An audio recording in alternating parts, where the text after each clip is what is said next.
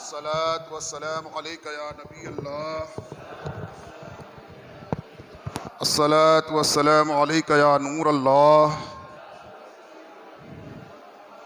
सल्लल्लाहु ताला अलैहि वसल्लम। प्यारे इस्लामी साथियों, अल्हम्दुलिल्लाह रोज़ाना के दर्स में आप तमामी हजरात दीन की बेशुमार बातें समाअत फरमाते हैं।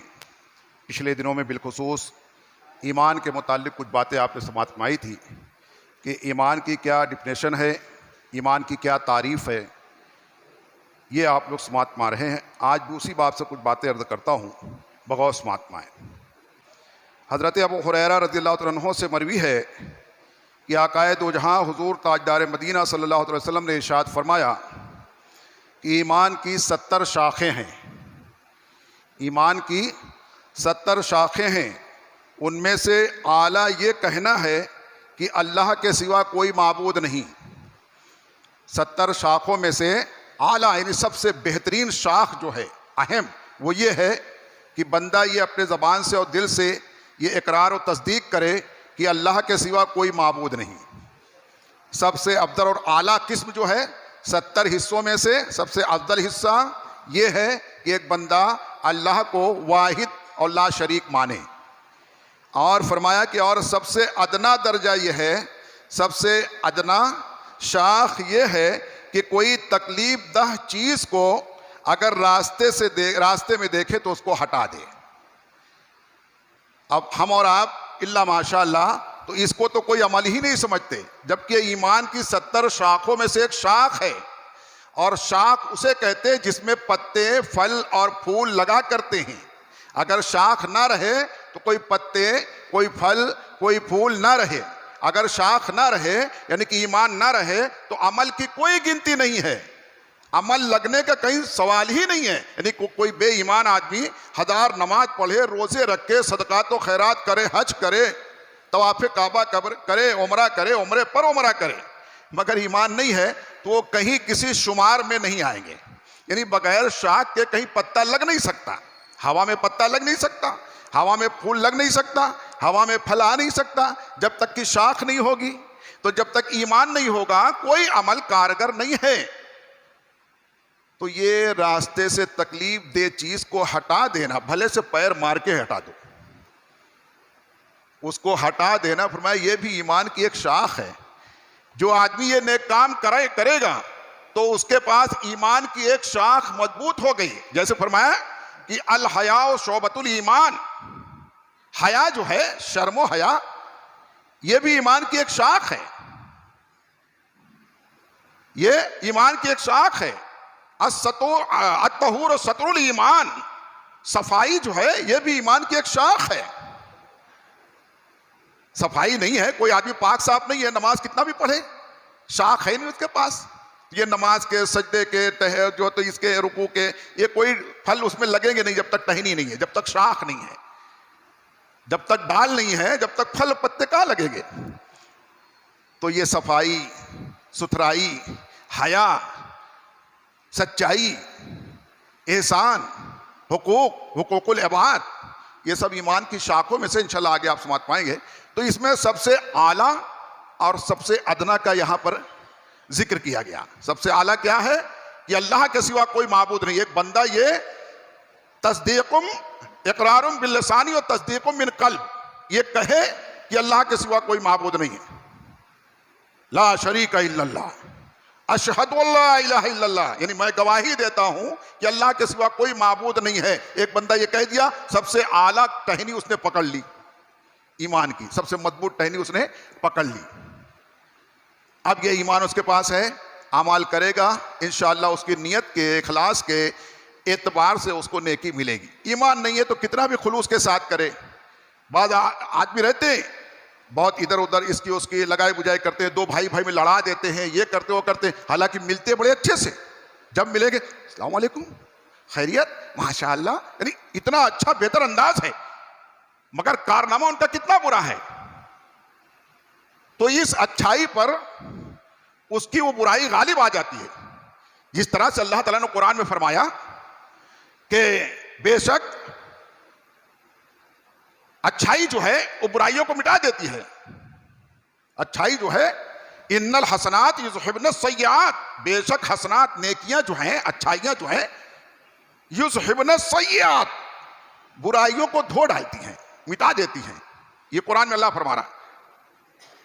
इसी तरीके से इंसान का जब ईमान है और वो कोई अमल करता है तो उसके आमाल जो हो गिने जाते हैं, नेकियों में शामिल किए जाते हैं अगर अच्छा अमाल है तो। और अगर ईमान नहीं है तो कितना भी अच्छा अमल करे वो उसके लिए कोई कारगर नहीं होंगे, फायदेमंद सूदमंद नहीं होंगे। तो सबसे अदना यह है कि अल्लाह को वहदहू ला शरीक मान ले, सबसे आला यह है। और अदना यह है कि रास्ते में कोई चीज़ जिसका न उसकी चीज़ है, न उसकी जगह पर है, न उसको तकलीफ दे रहा है, वो चीज़ वो अपना किनारे से निकल गया, उसको कोई तकलीफ नहीं, मगर उसको इसलिए हटा दे रहा है किसी दूसरे को तकलीफ हो सकती है। रास्ते में कांटा पड़ा हुआ है, कांच का टुकड़ा पड़ा हुआ है, खिल्ला पड़ा हुआ है, तो ये सोचा कि मैं तो निकल जा रहा, मैंने देख लिया, कोई आदमी कहीं और देखता चला जाएगा, पैर रख देगा, उसको तकलीफ हो जाएगी। तो इससे पहले कि किसी को तकलीफ हो, अल्लाह के किसी भी मखलूक को तकलीफ हो, मैं उसको उठा के किनारे कर दूं, पैर मार के किनारे कर दूं, इस नियत से ताकि किसी को तकलीफ ना हो। तो फरमाया कि करो मेहरबानी तुम अहले ज़बी पर, खुदा मेहरबा होगा अर्शे बरी पर। कल यौम क़यामत जो है, हिसाब के दिन अल्लाह फिर तुम्हारे साथ मेहरबानी करेगा। आज तुम बंदों के साथ, मखलूक के साथ आज तुम मेहरबानी कर दो और ये मेहरबानी तुम्हारे ईमान को मजबूत करेगी। ये छोटा सा अमल जो है तुम्हारे ईमान को, तुम्हारे ईमान की एक शाख को मजबूत कर देगा। तो ये है इसकी मामूली से मैंने तारीफ जो अर्ज की इस रिवायत की कि ईमान की 70 शाखों में से एक शाख ये आपने समात पाया, 2 शाख अदना और आला के ताल्लुक से। हजरत अनस रज़ियल्लाहु अन्हु से रिवायत है कि नबी करीम अलैहिस्सलातु तस्लीम ने इरशाद फरमाया कि तुम में से कोई मोमिन नहीं हो सकता जब तक कि मैं उसके माँ बाप, औलाद और सब लोगों से ज्यादा महबूब ना हो जाऊं, सबसे ज्यादा प्यारा जब तक मैं ना हो जाऊं। नबी फरमा रहे हैं कि जब सबसे ज्यादा मुझसे मोहब्बत करे, यानी नबी अलैहिस्सलाम से मोहब्बत करे, जब तक ऐसा नहीं करेगा कि कोई अपने बीवी से बड़ी मोहब्बत करता है। अब दाढ़ी रखने की बात आई मगर बीवी कहते अरे अभी क्या उम्र है, अभी दाढ़ी रख लोगे कैसे ही लगेगा। अगर यहां गालिब आ जाए नबी अलैहिस्सलाम की मोहब्बत नहीं, नबी से मोहब्बत करता हूं तो उससे भी बहुत मोहब्बत करता हूं। नबी ने सिखाया कि अपने बीवी से खूब मोहब्बत करो और उसके साथ 2 लम्हा बैठ के प्यार मोहब्बत की बात करो, तुम्हारा रिश्ता और रिश्ता इज़्दवाज जो है और मजबूत हो जाएगा। वो उसी नबी ने सिखाया है। तो सबसे ज्यादा मोहब्बत मैं उससे क्यों ना करूं जिसने ये अच्छी बात सिखाई है। तो उसकी मोहब्बत का तकाजा ये कह रहा है कि दाढ़ी रख लो। तुम्हारी मोहब्बत का तकाजा ये है कि मैं तुम्हारे तमाम जो भी नानो नफका है पूरा कर रहा हूं ना, तुमको खाना खर्चा सब दे रहा हूं, ऐशो आराम की चीजें तुम्हारे लिए दिन रात मेहनत कर रहा हूं ना मैं। तो अपने नबी की मोहब्बत की एक दलील तो होने दे।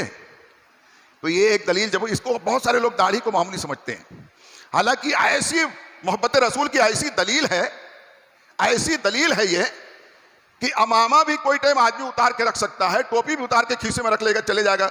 बगैर टोपी वालों का मजमा खड़ा है, कोई देख रहे हैं करतब, कुछ कहीं झगड़ा फसाद गाली गलौज चालू है, वहां पे सभी खड़े हैं। एक आदमी टोपी वाला लगा के जा रहा था, नमाजी आदमी, तो सोचा यार मैं टोपी लगा के खड़ा हो जाऊंगा, लोग क्या कहेंगे कि देखो टोपिया वाला भी खड़ा हुआ है और दाढ़ी वाला भी खड़ा हुआ है, ऐसा लोग कहेंगे, इसलिए वो बेचारा वहां जाने से बचेगा। नहीं यार मैं नहीं जाऊंगा।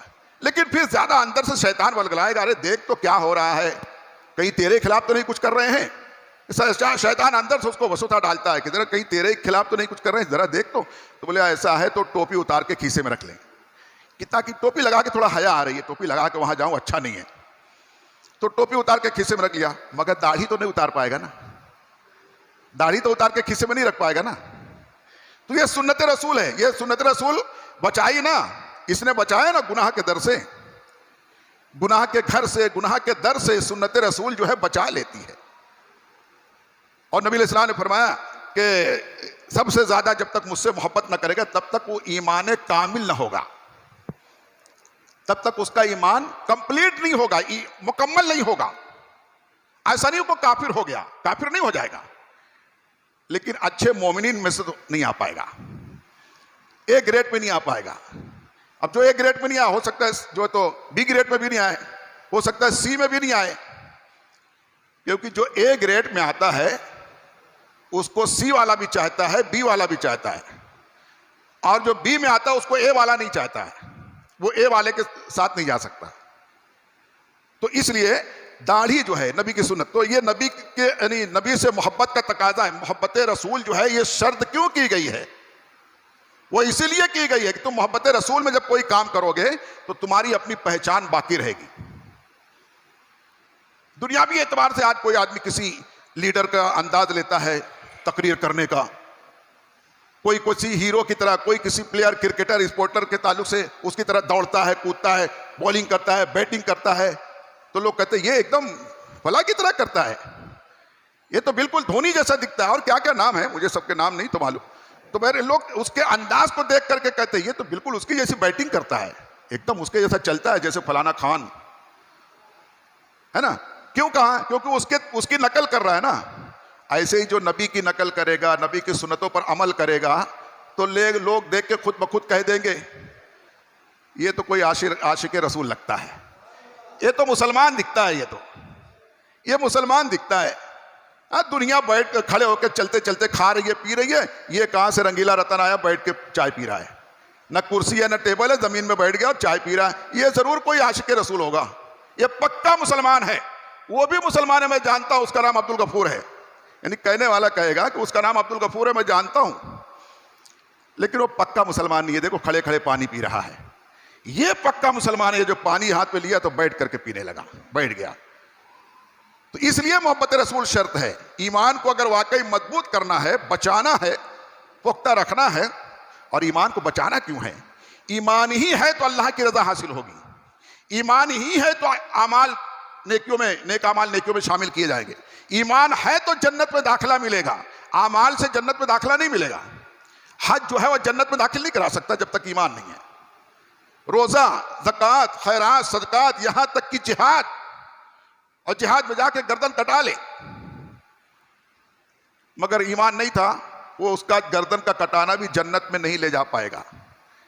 हाँ, ईमान रहेगा, अमाल कम भी हैं, तो जैसा कि पिछले दिनों आपने समाप्त में आया कि एक ना एक दिन उसकी बुराइयों को अल्लाह चाहे तो माफ कर दे, चाहे तो उसको जहन्नम में सजा दे, मगर एक दिन आएगा कि ईमान की अगर राई के दाने के बराबर भी ईमान है तो एक दिन अल्लाह तआला उसको जन्नत में दाखिल फरमाएगा। किस बुनियाद पर? ईमान के बुनियाद पर। ईमान के बुनियाद पर बंदा जन्नत में दाखिल होगा, फिर आमाल के बुनियाद पर जन्नत में दर्जात मिलेंगे।